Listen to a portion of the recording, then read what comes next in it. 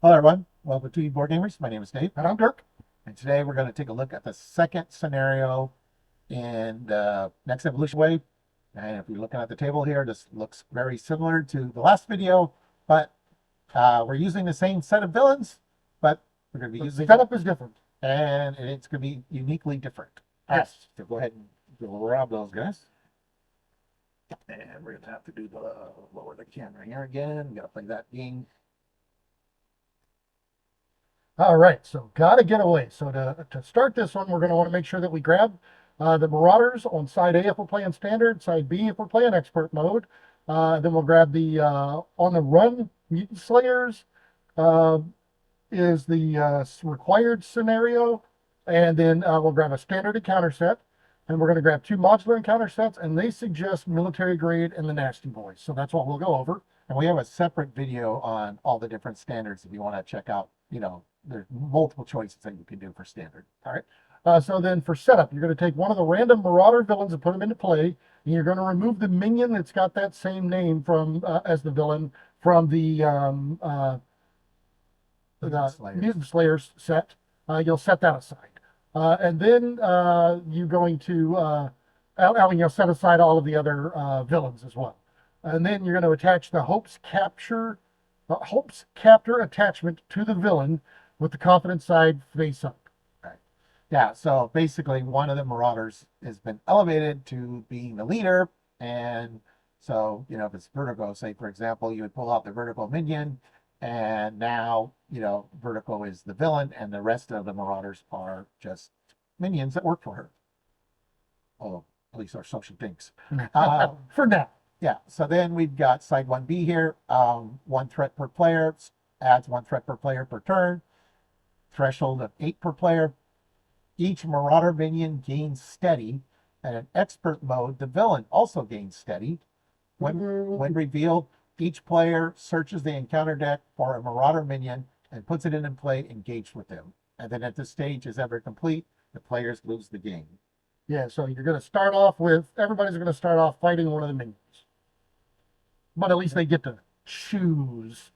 And then we have, was this a confidence side up, right? Yes, so this is the Hope, yeah, confidence side. So this is the Hope Captor's attachment. The attack is a special. So it's a permanent with the confidence side up. Whenever as a force center up, whenever the villain would attack you, if a Marauder minion is engaged with you, the villain schemes instead. So if they do, if they do have Marauders out, they're going to be They're going to be trying to take care of their scheme, because again, they want to scheme that out so you lose. So they can win the game. Yeah. Yeah. And then as a force center up, whenever the villain would be defeated, you reset the attached villain's hit points to its printed hit point value instead, and you flip this card over and reveal it. So you flip over to the, I forget what the next side is called. I'll see that in a second. Right now. So now this is the desperate side of Hope's Captor. The villain gets +1 scheme, +1 attack. It's a permanent. The villain also gets +6 hit points per player. And then when revealed, and you're going to advance the main scheme to stage 2A, and this effect cannot be canceled. And as a force interrupt, when the villain would attack you, if a Marauder minion is engaged with you, then the villain schemes instead.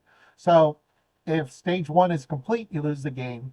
But if you're able to defeat the villain, then we move on to stage 2. Yep. So that is the only way you can win the game, is to at least defeat the villain once, but probably more than once. Yeah, I did think it was interesting the way they did that. Is it takes away that loss condition if you can, once you defeat. But so it turns this these specialized villains that have low hit points and you only attack them once into a standard a standard villain. Yeah. And side two is now a lot more hit points. So I thought that was kind of cool. All right, so whenever this one's revealed, 2A, the Escaping with Hope, each player searches the encounter deck and discard pile for a Marauder minion and puts that minion into play, engage with them. So it didn't matter if you had one or not, you're getting another one here. And then you're going to give each Marauder enemy a tough status card. So that includes the villain. Yep. So they're all getting a tough enemy. It says enemy. Oh, enemy. Oh, that's enemy. Yeah, everybody gets a tie. Then side 2B, Escaping with Hope, starts with 1 threat per player, add 2 threat per player per turn, 9 threat per player threshold. Each Marauder minion gains guard and steady, and in expert mode, the villain gains steady as well. then if the villain is defeated, the players win the game, just like standard. Or if this stage is completed, the players lose the game, which is standard as well. Yep. So yeah, so what it did is it turned these villains that were low hit points into, like I said, a normal villain, at least one of them. And then the rest of the team is still there as minions. And then like Dirk right in the beginning of step one. So yeah, so if Arclight is the main villain, the Arclight minions removed. Yeah, so all right. Right. So speaking of Arclight here, what she does on side A, this is the standard side, is she schemes for one, she attacks for one, she's got 10 hit points per player. She is a brute marauder, and as a force interrupt, whenever she attacks you or an ally you control, and all of the villains will have that part, you will make a choice here. The choice is different for them all. Her choice is you confuse a character you control, or she gets +2 for the attack. All right. Then if you're playing expert, side B, she's got 2 scheme, 2 attack, 13 hit points per player. And when she attacks, you either confuse a character you control with the highest thwart, or she gets +2 to the attack. All right. So next is Chimera. So Chimera, on her standard side, she schemes for one, she attacks for one, 11 hit points per player.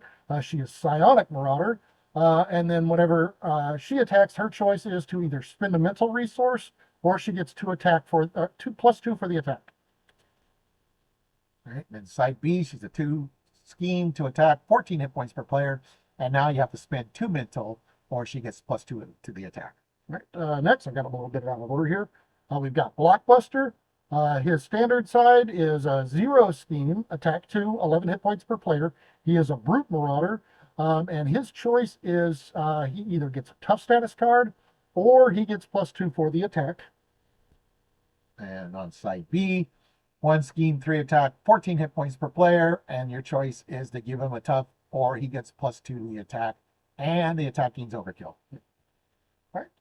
Next up is Grey Crow. So Grey Crow standard side is 1 attack, 1 scheme, 9 hit points per player. He's a Marauder Mercenary, and his choice is to either discard your highest cost card that you control, or he gets +X for the attack, where X is equal to that card's cost. Okay. And then slide B, 2 scheme, 2 attack, 12 hit points per player. And your choice is, again, discard each card you control with the highest cost. So if you're playing Maria with all those 6-cost helicarriers, that's going to be bad. Oh, yeah. And then Grey Coat gets +X attack for this attack, where X is the printed cost of the highest cost card. Yeah, at least they didn't go overboard and say for each. Yeah. Would have been. So I got the Iliad, I got the Pericles, I got the Yeah. Bellerophon, I got the Douglas. Oh, yay! All right. Next up, Harpoon. So Harpoon's got 0 scheme, attack 2, 10 hit points per player, brute marauder, and their choice is to either take 2 indirect damage, or they get 1 additional face down boost card for the attack. Okay. So which could be even more than 2. And then side B, he's going after Angel because he wants to bag him a bird. 1 scheme, 3 attack, 13 hit points per player. And brute marauder, you take 3 indirect damage, or he gets an additional boost card for this attack, and the attack gains overkill. Bye-bye, Angel. Yep. Okay, so then next up we've got Riptide. So they're standard side, schemes for 1, attacks for 1, 9 hit points per player. They are a Marauder Assassin. Their choice is you can either place 2 threat on the main scheme and 1 threat on each side scheme, or they get +2 for the attack. Right. And then side B, 2 scheme, 2 attack, 12 hit points per player. Place 3 threat on the main scheme and 1 threat on each side scheme, or he gets +2 attack for this attack, and the attack gains range and piercing. Right, and then finally, Vertigo. So she, on standard schemes for 2, attack of 0, 9 hit points per player. She is a Mutate Marauder, or Marauder Mutate. I'm not sure which one is the, should be, but her choice is to either stun the character you control. I think it's stun a character you control, or she gets +2 for attack for the attack. And then on the B side, she schemes for 3 attacks for 1, 12 hit points per player. Stun the character you control with the highest attack. That's probably what happened. Yeah. Yeah. Type setting. And then Vertigo gets +2 attack for this attack. That's the other option. All right. Okay. Then now we're going to go to the rest of the. So this scenario is called On the Run. And so the first card we have. Okay, so we will start out here with 2 copies of Hidden in the Clutter. So this is a condition attachment. You're going to attach it to the enemy with the fewest remaining hit points. And as a force interrupt, whenever any amount of damage would be dealt to that enemy, you're going to place it here instead. Then if there's at least 3 damage here, the attached enemy attacks the player who dealt the last damage and discards this card. Okay. Then we've got Favored Weapon. It's +1 attack. It's a weapon. Now you attach it to Grey Crow or Harpoon. So this is specific. Otherwise, attach to the Marauder enemy with the lowest attack. So it could be whether Grey Crow or Harpoon is the villain, or the Grey Crow or Harpoon minion is out.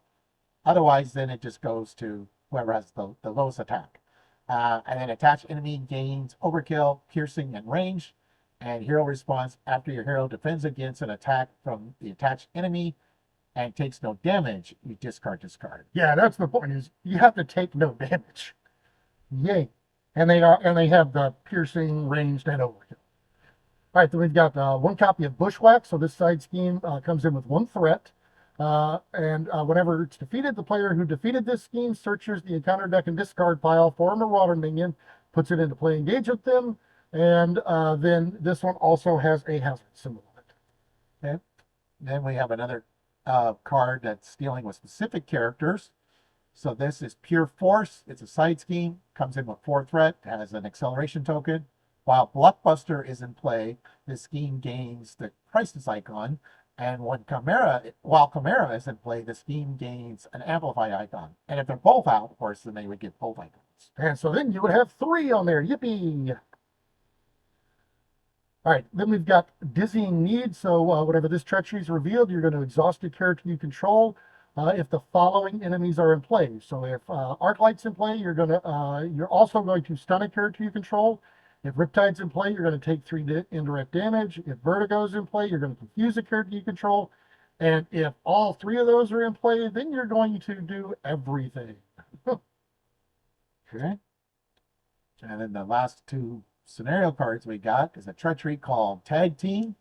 When revealed, choose. Each Marauder minion engaged with you activates against you, or you're going to discard 7 cards from the top of the encounter deck and then put the topmost Marauder minion in the encounter discard pile into play engaged with you.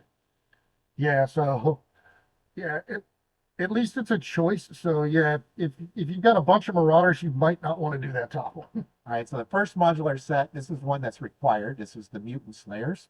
All right, so we start off here with Arclight. So she's a brute Marauder minion with 1 scheme, 1 attack, and 5 hit points.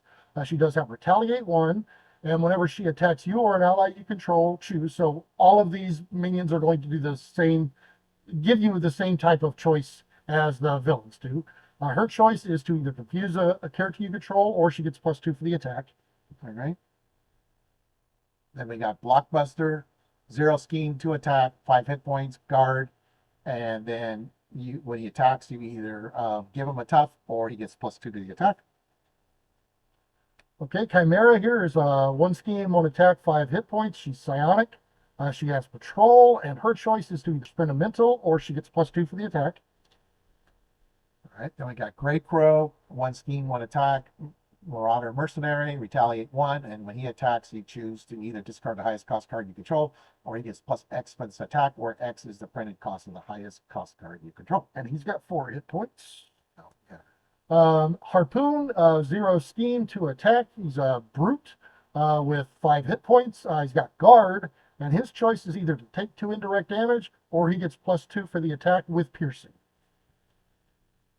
All right, then we got Riptide, 1 scheme, 1 attack, 4 hit points, Assassin, Marauder, Patrol, and when he attacks, you either place 2 threat on the main scheme and 1 threat on each side scheme, or he gets +2 attack.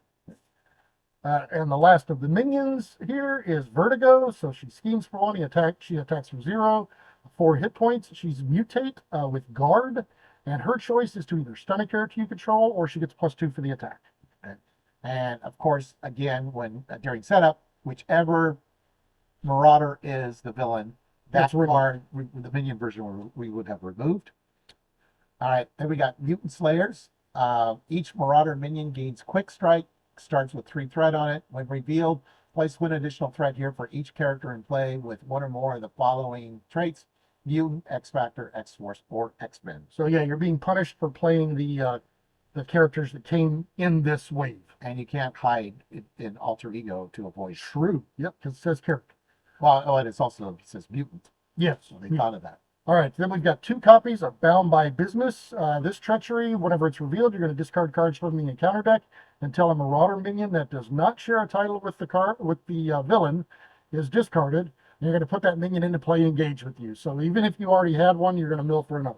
So now in this particular scenario, there won't be a minion that matches the villain, but in the other scenario, it could. Yes. So that's why it's worded that way. Then we have Heavy Armaments. It is an attachment, a +2 attack. Attach to the enemy with the highest attack. Attach enemy gains Retaliate 2. And after you attack the attached enemy, spend 2 resources of the same type to discard. So if you're not able to defeat that minion, then once you take the Retaliate, you can spend 2 resources to get rid of the +2. All right, next we've got the Titanium Exoskeleton attachment. This one is attached to the enemy with the fewest remaining hit points. So hopefully you've got multiple enemies out and one of them is almost dead. But because the attached enemy cannot take more than 2 damage from a single attack. Now, they can take multiple attacks in a turn, but only 2 from any attack. So things like a dive bomb, only going to do 2. The hero action, though, you can choose to either spend 3 resources of any type or remove a stunned or confused status card from the attached enemy to discard this. Yeah, so now the previous card, this is part of the military grade. So this Yes. is one of the optional modular sets. So we have 2 copies of Inhibitor Collar. It's a -1 attack. Attach your identity. Treat your identity's printed text box as if it was blank, except for trait. And choose to either exhaust a character you control or take 3 damage, discard. Any player can do this. Now, unfortunately, sometimes when you get these on there and for characters that don't use their basic abilities, you're like, so what if I have a -1 attack? But you're not using your basic abilities usually because of something that's printed in your text box. So like Biz Marvel will go, well, I don't use a basic attack, so who cares if I'm a 0? But she would not be able to put that event back in her hand. Yeah, So, and this one, it affects your identity's printed text box. So it doesn't, you can't hide from this one by going down. All right, and then let's see, the last card we've got here is the Senator's Support. So this side scheme comes in with 3 threat.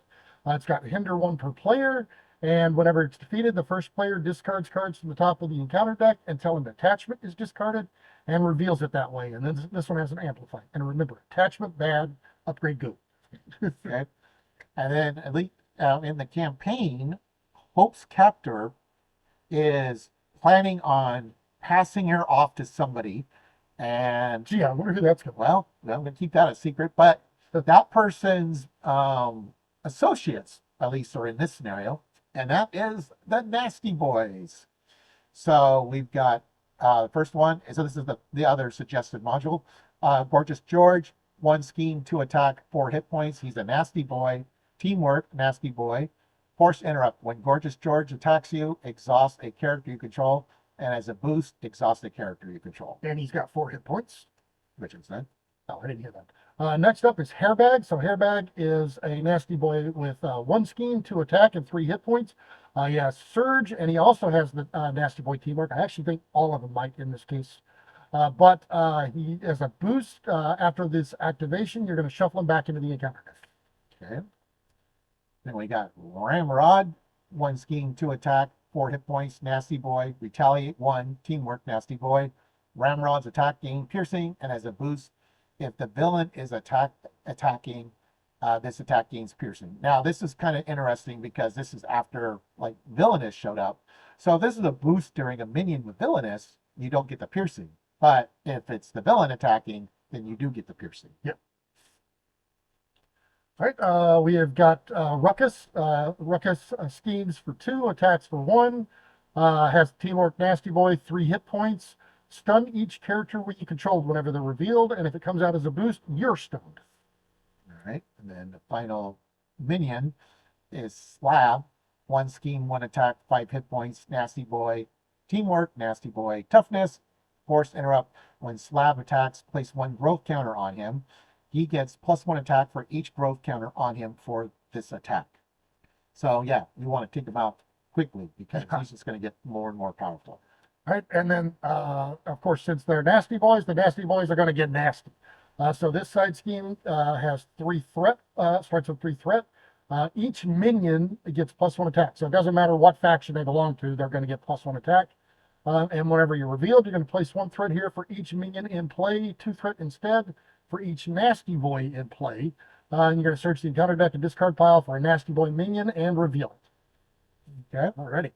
That's nasty. So that was the second scenario in the next evolution wave. Also, the second scenario with the Marauders, which I really like that it was the same villains, which was cool. Like, you know, because in Mutant Genesis, we had 2 scenarios with Sentinels, but it wasn't the same, you know, because one was a Sentinel and then the second one was Master Mold.